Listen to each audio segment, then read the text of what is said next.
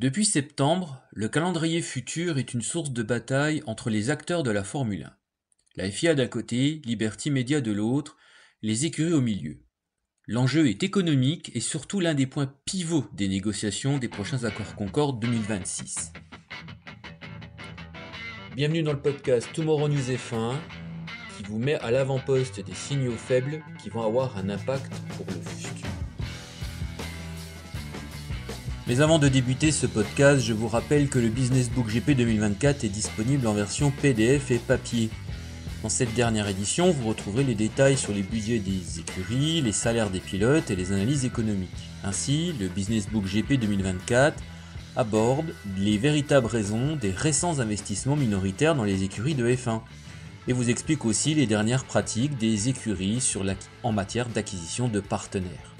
Rendez-vous sur businessbookgp.com dans l'onglet Business Book GP 2024, le lien est en description. En marge du Grand Prix de Singapour, les émissaires des Grands Prix de Corée du Sud, Maroc, Rwanda, Vietnam étaient présents. Tous avec l'ambition de signer une lettre d'intention et participer au futur calendrier F1. Au total, ils sont 11 en liste d'attente. Il faut comprendre comment ça fonctionne. Rien n'est gratuit en F1. Une envie est gratuite, une déclaration est gratuite, comme en Argentine par exemple récemment, mais à partir du moment où une lettre d'intention est formulée, elle s'accompagne d'un chèque de 5 millions d'euros environ, voire plus selon les cas de forte concurrence sur le territoire par exemple. Pour Liberty Media, c'est positif d'avoir autant de demandes, car cela épouse son dynamisme et son projet de démocratiser la Formule 1 dans le monde, afin d'en faire le premier sport sur l'échelle de la planète.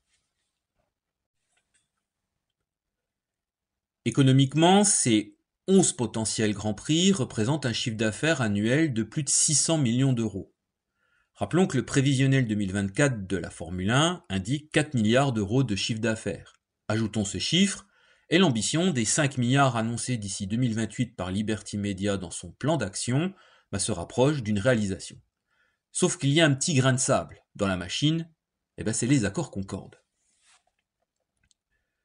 Depuis 2021, les accords Concorde, qui je le rappelle, sont des accords économiques liant le détenteur des droits commerciaux de la Formule 1, Liberty Media, et les équipes, expirent en 2025. L'ambition est de signer les nouveaux d'ici juin 2025. Ces accords actuels indiquent que le calendrier est limité à 25 courses. Or, vous avez noté que le calendrier 2025 présente 24 courses. Liberty Media n'a pas été au bout de sa logique. L'année 2026 annonce l'arrivée de Madrid, ce qui indique une 25e course. Mais comme nous l'avons vu auparavant, il y a 10 autres candidats, dont par exemple la Corée du Sud, via la ville de Incheon, qui a signé une lettre d'intention ces dernières semaines. Ainsi, Liberty Media cherche à élargir le calendrier à 35 courses par saison, et cette ambition rencontre des divergences. L'année 2026 annonce l'arrivée de Madrid, ce qui indique une 25e course.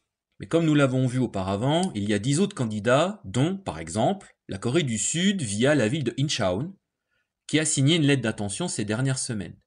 Ainsi, Liberty Media cherche à élargir le calendrier de 35 courses par saison, et cette ambition rencontre des divergences. Tout commence par des petites phrases. Comme toujours, lorsque des négociations commencent à devenir tendues et qu'il y a divergence en F1. Et lorsqu'en 2023 et plus tard en juillet 2024, Stefano Domenicali, le responsable F1 de Liberty Media, indique que 24 courses est un bon chiffre, sur le papier, il s'oppose ainsi directement à l'ambition de la firme qui l'embauche. 24 courses avec des rotations. Toutefois, la logique est implacable, entre les financiers d'une part et la rationalité de la tradition d'autre part. En effet, Domenicali cherche à obtenir des alternances pour les Grands Prix de même secteur géographique. En marge du Grand Prix de Hollande, le promoteur de Zandvoort a tendu la main à son homologue de Spa-Francorchamps pour établir un accord de rotation pour préserver les 2 courses à l'avenir. Aux dernières nouvelles, le clan belge n'est pas très favorable à cette idée. Idem pour le projet de Madrid, qui est encouragé à alterner aussi avec la Catalogne. Et pareil pour Imola et Monza. Il existerait même un accord entre l'Autriche et la Hongrie, sur le même plan. Du moins, ce serait également une perspective. Remarquez que cela touche essentiellement les courses du continent européen.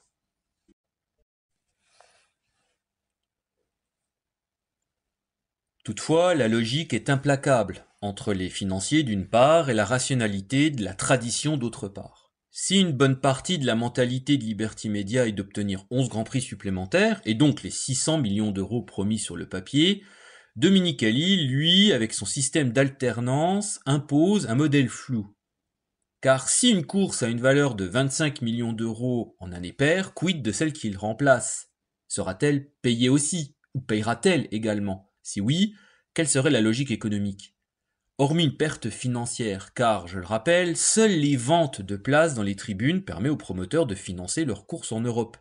Les subventions sont quasi absentes du processus, contrairement au reste du calendrier F1. Beaucoup de questions donc, trop probablement, face aux mathématiques implacables d'une croissance financière assurée. Sur la forme, deux visions s'opposent. La première, exposée par Stefano Dominicali, est celle d'une F1 exclusive, à 24-25 courses par an, et plus d'argent pour chaque course. Et de l'autre, une démocratisation mondiale du sport et l'image d'une réussite. Deux visions réellement? C'est pas certain. L'autre point à observer sont les partenariats qui ont été récemment signés. Lenovo, Banco Santander et LVMH. Au total, 200 millions d'euros de partenariats signés. Un record. Mais lorsque l'on se penche sur l'accord signé avec Banco Santander, il existe une visibilité sur les courses de Las Vegas, Austin, Mexique, Brésil, le Grand Prix d'Angleterre, celui d'Italie et les deux courses ibériques. Toutefois, il existe une option pour un potentiel Grand Prix en Allemagne.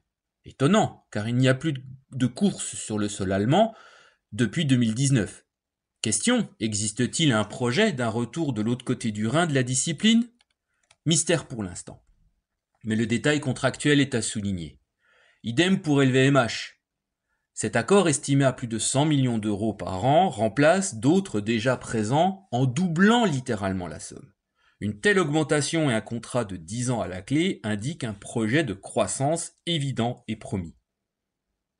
L'empire de Bernard Arnault cherchant à s'affranchir du moteur économique chinois pour accroître son chiffre d'affaires à terme et devenir une entreprise globale. Les ambitions de Liberty Media pour la Formule 1 d'une part et celle de LVMH d'autre part, étant similaires, l'accord était logique entre les deux parties. Nous entendons que Lenovo aurait dans son contrat le sponsoring des courses sur la zone Asie du calendrier, à savoir Corée du Sud, Vietnam, etc. Tous ces accords sont liés au principe de visibilité. Ainsi, plus la Formule 1 est visible durant une saison, plus cela justifie les sommes injectées dans ces accords pour le développement du modèle économique de F1.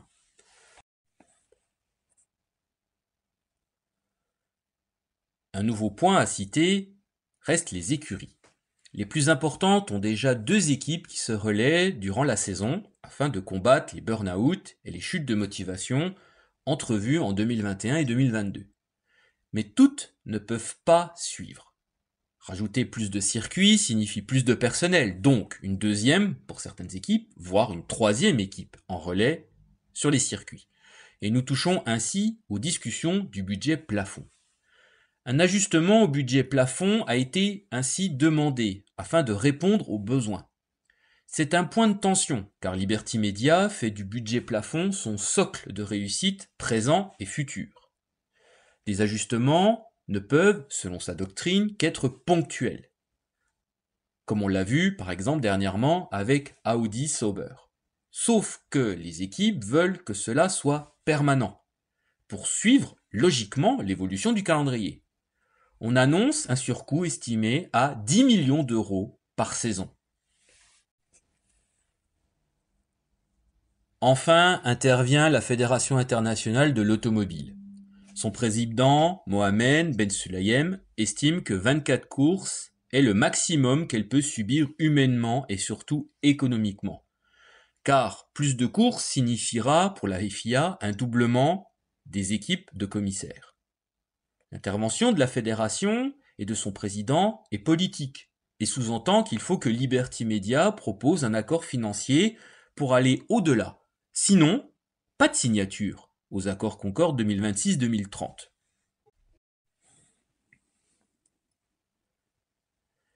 C'est tout l'enjeu autour des calendriers F1 futurs, à savoir les négociations des prochains accords Concorde. Les équipes veulent plus de latitude dans le budget plafond, une FIA souhaite un accord pour suivre, et Stefano Domenicali, qui, en se plaçant comme il se place, fait écho à la charge mentale des équipes en étant de leur côté, comme pour apaiser les choses. Une stratégie, somme toute. Si les deux premiers points ne devraient pas poser de problème car relevant du financier, le troisième relève du délicat. La récente attaque du Daily Mail, relayée par les médias espagnols et allemands sur le bilan Domenicali et ses ambitions, ont étonné. Le fait que Liberty Media n'ait pas atteint 25 courses en 2025, comme prévu, est principalement dû à des questions de politique et de santé. En fait, c'est une déclaration de bonne foi pour obtenir ce qu'elle cherche, c'est-à-dire le chiffre des 35 Grands Prix dans la prochaine signature des accords Concorde. La charge des médias britanniques indiquant des remplaçants potentiels comme Zak Brown, Christian Horner et Toto Wolff relève ainsi de la diversion. Concrètement, l'Italien est en fin de contrat en 2025 et nous savons déjà qu'un nouveau contrat de plus de 8 millions d'euros par an est déjà en place. Mais il attend les signatures. Des signatures qui seront visibles une fois les accords Concorde signés. Un alignement des planètes qui relève du délicat désormais et qui laissera assurément et probablement des traces.